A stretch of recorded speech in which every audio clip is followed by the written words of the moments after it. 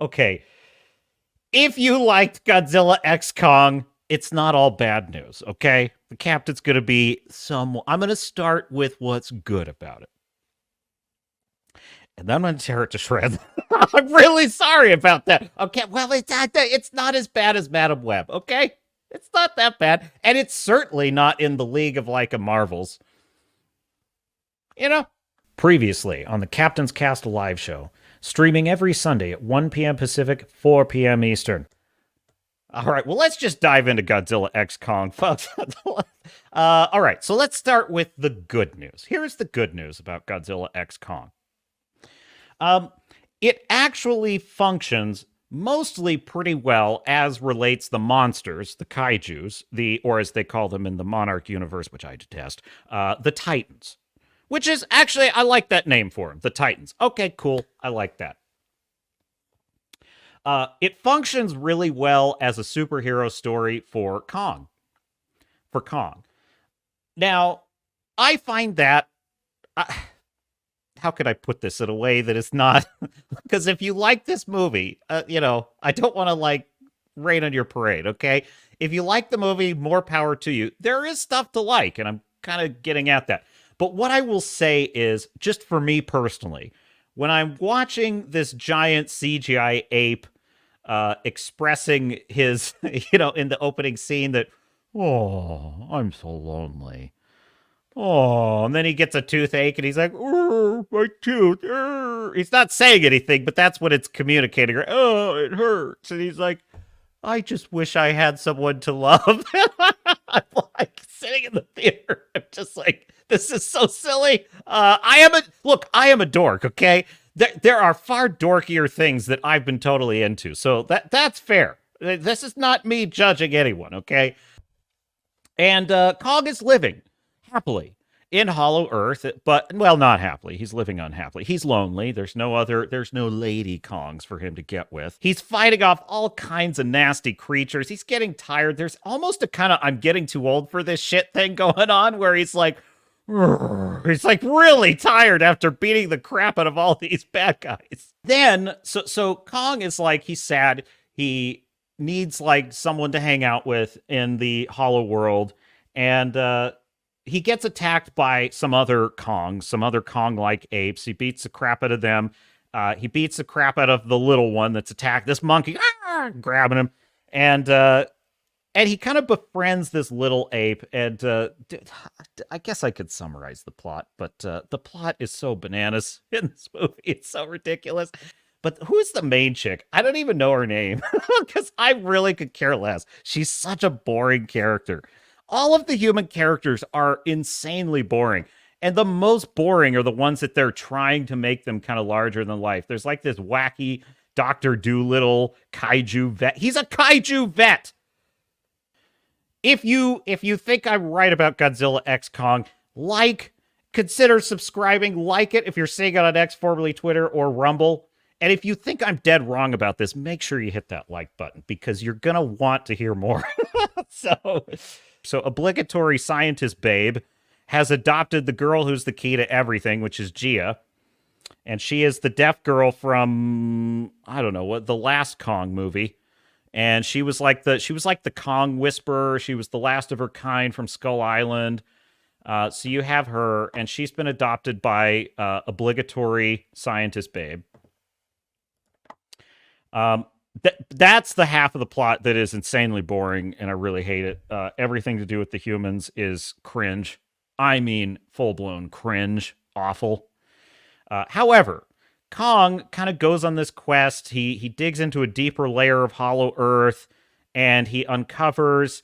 I don't want to get into spoilers here, but I will just say he is essentially a superhero. That's basically what his character is. He is a superhero who has something missing. His curse is that he is in exile. His special power is that he's sort of the king of the monsters and he's our greatest hero and all that. But his curse is that he's alone. Heavy is the head that wears the crown. And so he kind of befriends this little Kong, and slowly but surely they go on this adventure and they start to form a friendship. They encounter a nemesis. He is this And I swear to God, the level, the just bananas exposition that explains all of this is such an eye roll. It's unbelievable. But there's this false king. There's this false king called.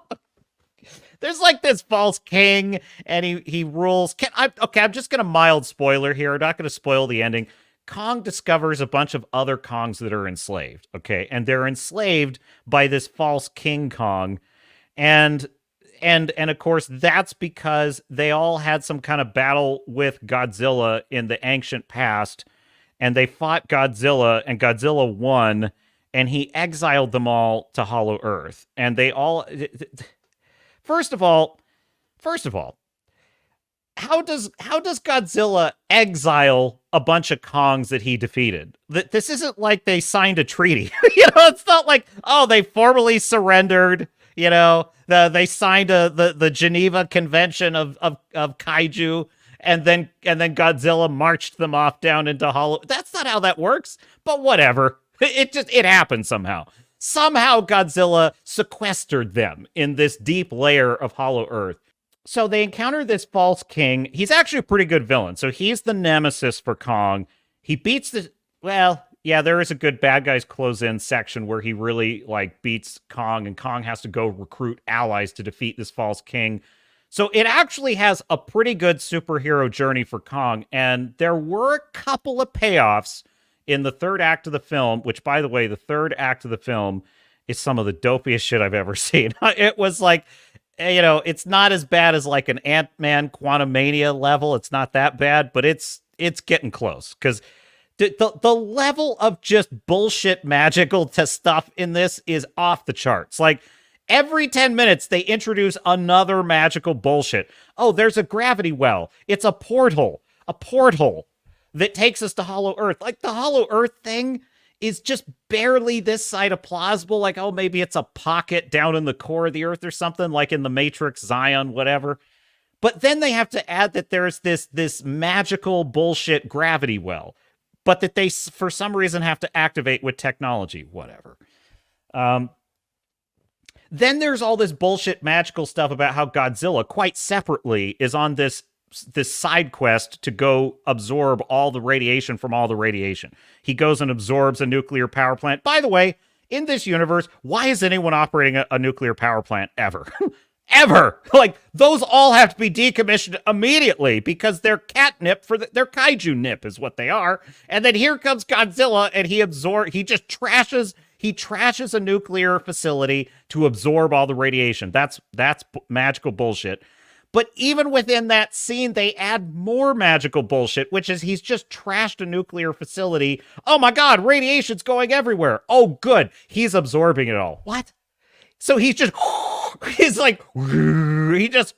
up all the radiation, and it's all glowy, and there's all these effects. And I'm like, it's Harry Potter. It's Harry Potter level magic in this. And it's not, there's like science fiction in any plausible level of sci-fi is out the window with this movie. It is flat out magic. And then we have this underground world where there are these two opposing pyramids that are made of crystal, and they can transmit the thoughts of the people who live down there, and they resonate with each other, and they can open more portals, and they've been hidden and guarded for years. And I'm like, what? There is so much magical bullshit in this movie. You can't even believe it. It's like the never-ending story. It's like every minute there's another thing. And I'm like, I am so I got into that third act of the film. I'm telling you right now, chat, I felt my brain going numb. I'm not saying that as my mind was numb or my thoughts were wandering or I was in a mental fog. I'm saying I physically felt my brain tissue numbing. I felt my brain tissue numb inside my skull. I'm like, what is this? And yes, in the first act of the film, when Godzilla is beating the crap out of the other apes, he grabs the little Kong and uses him as a cudgel to beat the crap out of all the other apes. It's so bizarre. Okay, so that's all fine. Now, what I will say is, Kong's hero's journey as a superhero basically works and does have some crowd-pleasing moments. There is the moment where he's bounding over the hill with Godzilla, and I couldn't help but think of like Stranger Things when they're playing that great, we're climbing up that hill, we're climbing up that hill, and it's like all the heroes are together, and it's like Space Jam with Kaiju. It's Space Jam with Kaiju.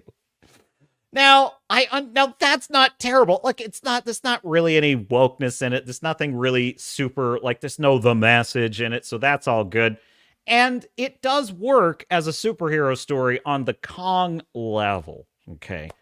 Now, here's the bad news, folks. The bad news is, this is one of the dopiest films I've ever seen. All the characters in this movie, the humans, speak in a language of pure exposition. All of them.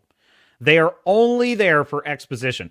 The comedy comes from the annoying podcast guy and the annoying Australian Dr. Dolittle kaiju vet, and they have the most odd, effeminate, and off-putting interactions all throughout this film, and it's typical of modern era. It's typical. They deliver these lines that are meant for laughs, and all it is, oh my God, you're so awkward. Oh my God, bro, this is such an awkward moment. We're both so awkward. We're such awkward people. That's all the comedy in this. The whole way through. There's another superhero story going on in this, which is honest to God the worst part of the film, which is the little kid, Gia. She's the girl who's the key to everything, and folks, it is one of the worst. It's one of the most eye roll girls that's the key to everything you've ever seen. Gia is this deaf girl who can hear God, there's so much magical bullshit and there's so much mumbo jumbo in this. It's hard to unpack it all, but basically she hears this distress signal coming from Hollow Earth, which leads her to go to Hollow Earth, where she has to reconnect with the last of her people, because it turns out that she's like the prophesied one who can keep the false Kong King from escaping to the surface. And she has to learn how to use her powers. And I'm watching all of this, and I'm thinking, this character is not interesting at all. The obligatory scientist babe is not interesting at all. They are, listen, the obligatory scientist babe and this Gia girl, they are not interesting at all. They are, and part of it is because most of what they do in the movie is expositionary. It's just, they are just there to make us understand and bear witness to what Kong and Godzilla are doing. I really did sit there and think about it, and I'm like, think about Shkishkima, and honest to God, every human character in Godzilla -1 pulled me in. Every single one. Shkishkima, Koichi, their little adopted daughter, Akiko, and then his neighbor, the neighbor lady who at first is slapping him and calling him a coward. Even she has this little arc where she donates rice, even though she's like, oh, you guys are stupid. I'm done helping people. She says that in the movie. And then she comes over and gives them rice so they can feed Akiko. And she's like, well, there goes the best of my rice. I love that moment. I love that. She actually doesn't want to involve herself, but she can't help it because she's a good person. I love that. Then you have Oda on the ship, and then you have the kid who wishes he had gone to war, and Kishkima shakes him, and he's like, don't say you don't mean that. Say you don't mean that. Tachibana, the guy who blames Kishkima for being a coward, but then changes his mind and tells him to live. That's brilliant. Every single character in Godzilla -1 is interesting, meaningful, impactful, and moves the story forward. How is it possible that in Godzilla X Kong you don't have one? There is not one human character in this that's interesting. Not one. Least of all the girl who's the key to everything. So there you go. That's Godzilla X Kong. I'm going to score this film a 4 out of 10. 4 out of 10 on the epaulets. That's a fail. That's a fail. I hope you loved this clip from the Captain's Cast live show. Please like and subscribe. And did you know you can join us live every Sunday, 1 p.m. Pacific, 4 p.m. Eastern. In the live chat, you can join me and the rest of the crew as we set sail on yet another adventure, seeking out new storytelling life and new storytelling civilizations. And until next time, my dear sailors and starnauts, this is Captain Garrett saying, I will see you out there.